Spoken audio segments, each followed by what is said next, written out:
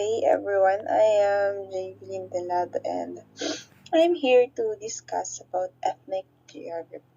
Okay, so let's start. Let's go first to the first word, which is ethnic.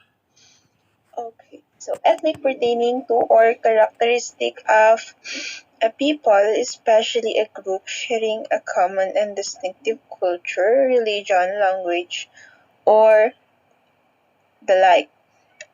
So when we say ethnic, it is a certain group of people who shares a common belief, a common culture. So, for example, we have the Igorots. We have many ethnics who shares which shows what is ethnic. So, for example, the Igorots they share a common ethnic they share a common culture, language. Ilocanos they also share um, same culture and languages. So next, geography. Geography is the study of places and the relationships between people and their environments. Geographers explore both the physical properties of the Earth's surface and the human societies across it. So, geography is the study of the places and their relationship towards the people who are living in it and also their environment. I do believe that geography was further and deeply explained by our first reporters. Okay, so let's go now to what is ethnic geography. Okay, so ethnic geography is the study of people of various regions moving, diffusing, migrating, and mixing together. It is also the study of spatial distributions of interactions of ethnic groups, cultural characteristic of ethnic groups and the influences underlying them, and how the built environment reflects to of various ethnic groups. So uh, it includes diffusing or migrating. Um, it also includes interaction. So in short, geography or ethnic geography is the study of human interaction and their environment.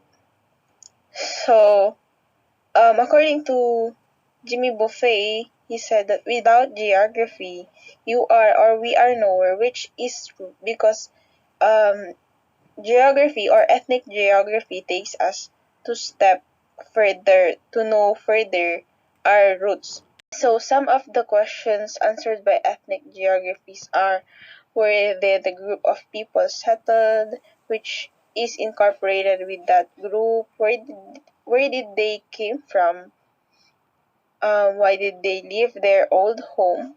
And lastly, why did they choose this place to settle specifically? Okay, so to know further what is ethnicity, let's see. So ethnicity is or came from the word ethnos, which means people or nation.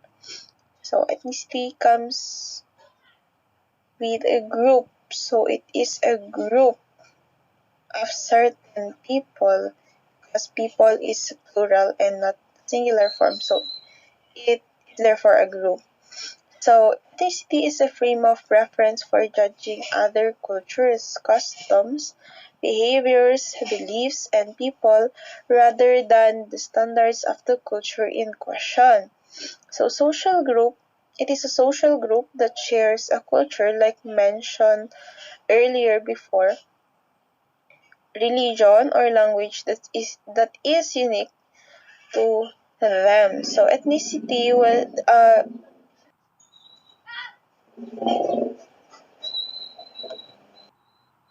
they call ethnicity as a frame of reference because sometimes ethnicity becomes the basis of someone to judge a certain group. We Sometimes we usually do this, which is often a fallacy. For example, when we hear the word or the ethnic group Ilocanos, what do we know?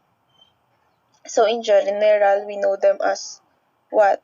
They are good in cooking pinakbet, they are kuripot, which is what we know about the ethnic group Ilocanos, but is often a fallacy. Why? Because yeah, they know generally they are good at cooking pinakbet and kuripot, but not all Ilocanos are a good cook of pinakbet and uh, they are not kuripot.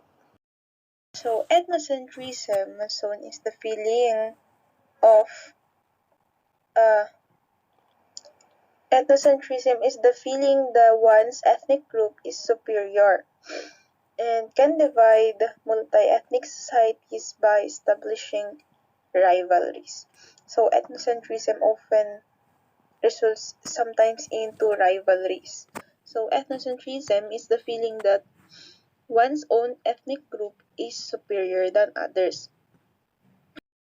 Ethnocentrism is very much alive, especially in today's world.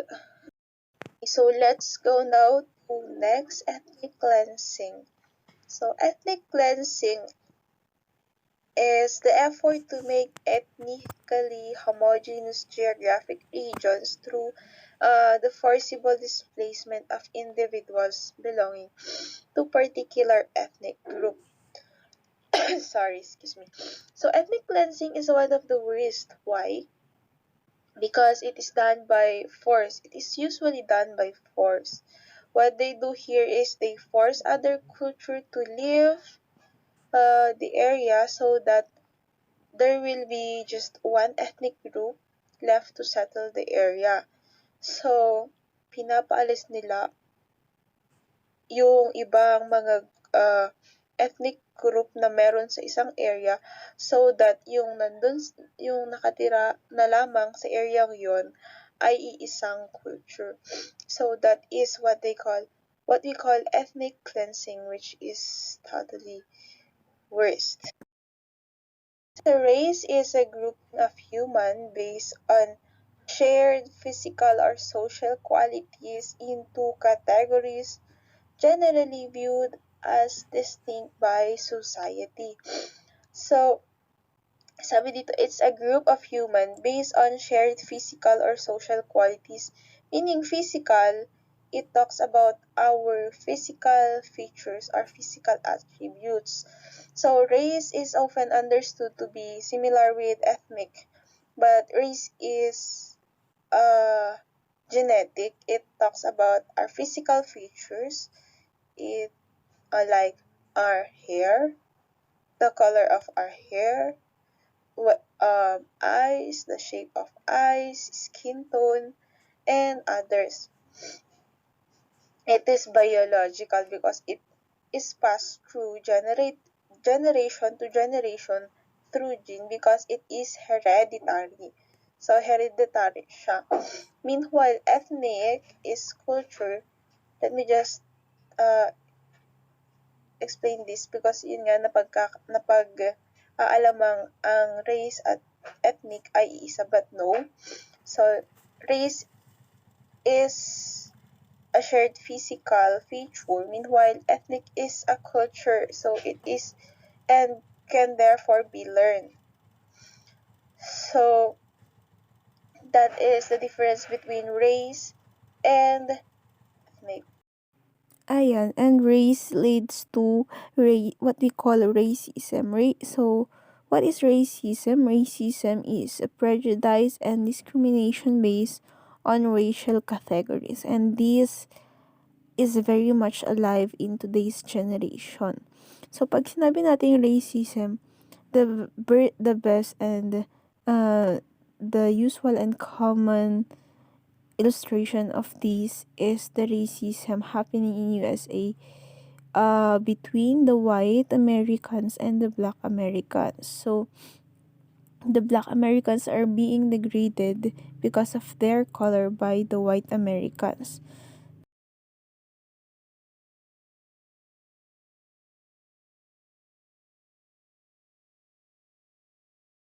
Acculturation it is the social, psychological, and cultural process that results from the balancing of two cultures while adapting to the society's dominant culture.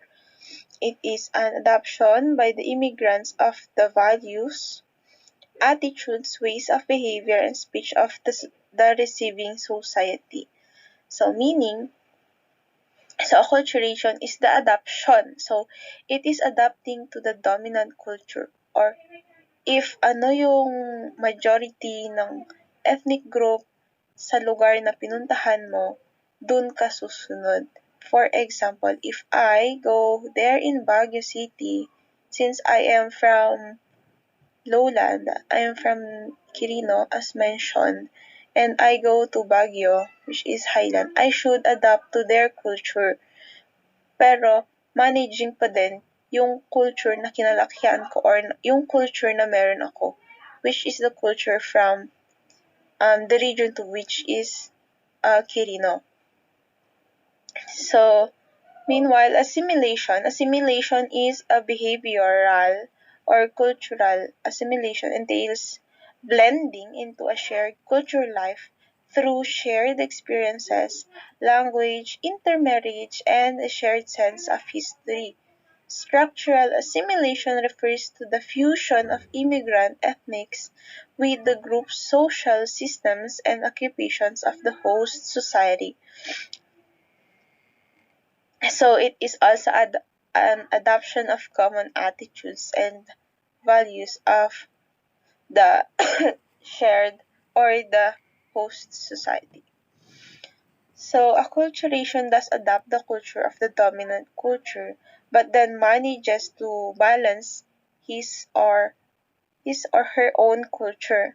But assimilation is the total blending or the adoption of common attitudes or culture and values of the host society. We have to live with their culture. The perfect example is like was mentioned marriage. For example, the wife is an Ilocano and the husband is Igorot. We still in the Philippines we still follow patriarchal culture. So what mostly happen is that the couple will live in husband's place where the wife needs to adapt her husband's culture so that she can blend in. So that is the difference between acculturation and assimilation. Though adoption is both needed in the two process, but they have that difference. You can see in the picture we have here a pot and a different group of people or sabihin na natin iba-ibang ethnic. So what they call we call this the amalgamation theory or the traditional melting pot concept of the merging of many immigrant ethnic heritages into a composite American mainstream or into a place. So, ito yung tawag as you can see in the picture in the pot. Isa yung pot pero madami siyang ethnic groups. So, sabi dito, it is a melting pot. Concept of the merging. So, when we say merge, halimbawa sa spreadsheet, sa Excel, when we have columns, we can merge that and magiging yung dalawang cell, magiging isa na lang siya. So, dito, ito yung pagsasama-sama ng iba't ibang ethnic groups so that it can form one. So, it has recently been dismissed as unachievable by many in light of present social and culture. So, let's go now to the next. So, we have here aerial expression of ethnicity. So, first one, charter cultures. When we say charter, it refers to the policies created to cultures in order for it to be manageable. So this is for cultures. Next, we also have ethnic cluster. Ito ay ito ay ang pagpapangkat-pangkat ng ating mga pangkat etniko. So another areal expression of ethnicity, we also have here the black dispersion. Sorry. So when we say black dispersion, this is so much present in the United States of America where they disperse blacks para maging isahan na lang. Yun. Okay, so example of black dispersion is the emancipation following the Civil War. Blacks engaged in sharecropping and farm labor. So dito na degrade yung mga rights ng mga blacks. Kasi nga in US we know that na before talaga yung discrimination against blacks is very much high. So next, Asian contrast. Most probably Asian contrast, it is the Asian versus Western or from the other regions of the world. So ito yung discrimination against us Asians. So naging sikat to sa TikTok, which is the TikTok trend, where Asian are you? So yun nga. Another, immigrant gateways and French uniformity. So, French uniformity, ito naman yung mga sa French. So, probably sa Europe na ito. So another, dagdag ko lang sa Asian contrast. Example of the Asian contrast is that the family reunification became an immigration policy in 1965, which there Asians take the full advantage of it. So let's go now to the areal expressions of ethnicity. Number 1, the cluster migration. So when we say cluster migration, it is where groups of immigrants acting in concert, so place enduring marks in the landscapes. It is the many people move at once as a group. So, ibig sabihin, it is a kind or a type of migration where they migrate as a group.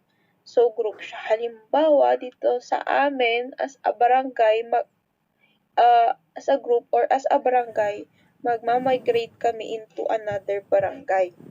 So that's it. Another example also is the Europeans in Canada and the Mormons in Utah.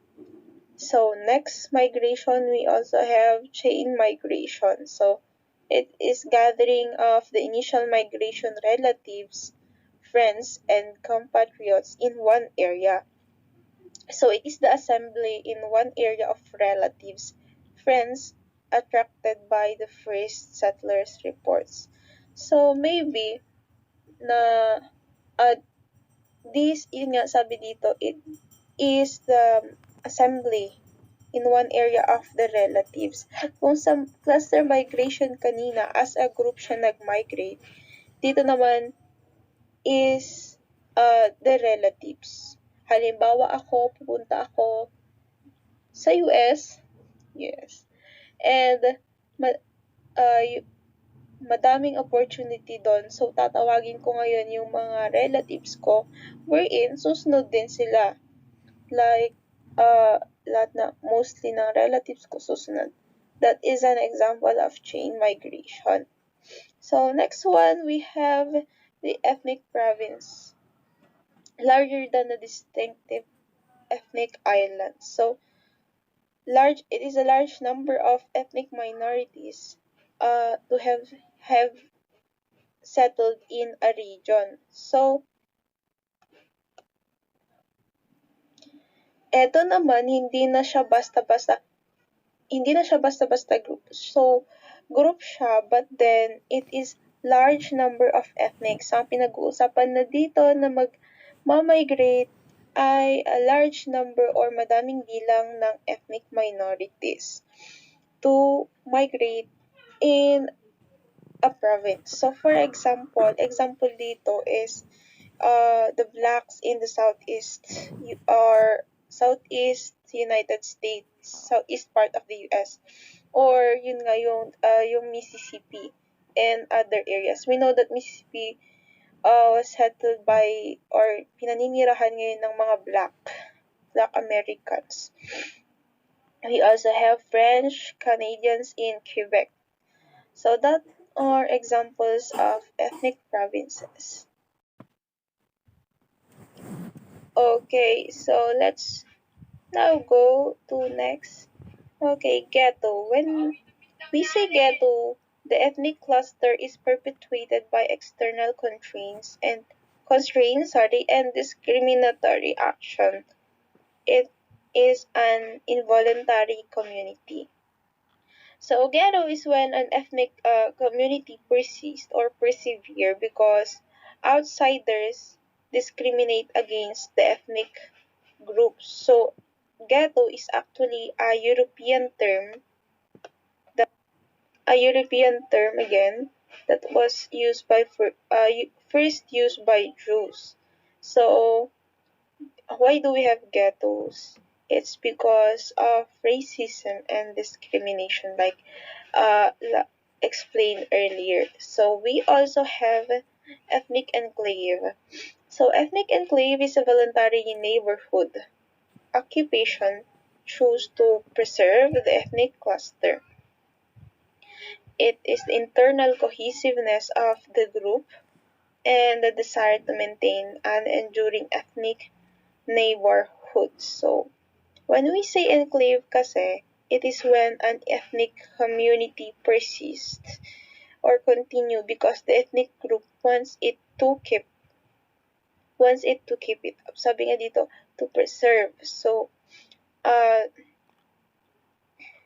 wait.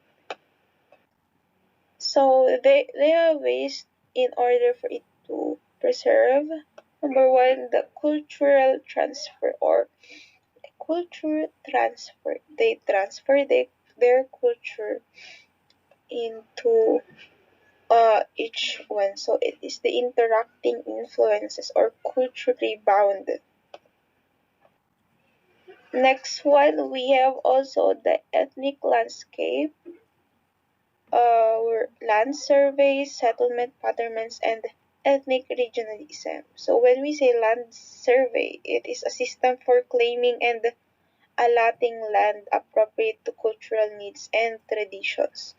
Ito na yung nag-aalat sila ng certain area of land, yun nga, or they are allotting or claiming a land area appropriate to their cultural needs and traditions. Ito ay para sa kanilang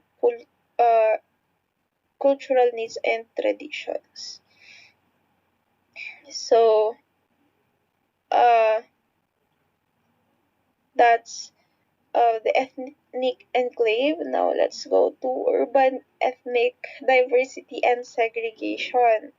So, we have here three, which is the external controls, internal controls, and shifting ethnics. So when we say ethnic controls, it is the attitude towards the group. So when an ethnic group is viewed as threatening or blocking tactics used to confine them, tipping point of a community, ethnic group moves into the degree that others move out. So yun nga, it's your attitude towards the group. So next, we have internal controls. Internal controls is a group's cohesiveness. It is the support. It includes the defense, support, and preservation. So The defense, limiting exposure to a limited area. So they are limiting their exposure. Support a place for initiation and indoctrination to the new culture, and preservation, guarding essential cultures elements as language and religion. So they preserve their culture, such as the language and the religion. So shifting ethnic. So third one is the shifting ethnic, or yun nga, paglipat or the transfer of uh, an ethnic group into another ethnic group. So now we also have typologies and spatial results. So typologies and spatial results and native-born dispersals. So that's all for the urban ethnic diversity and segregation. So once again, this is ethnic geography, and I hope you understand, and thank you and God bless.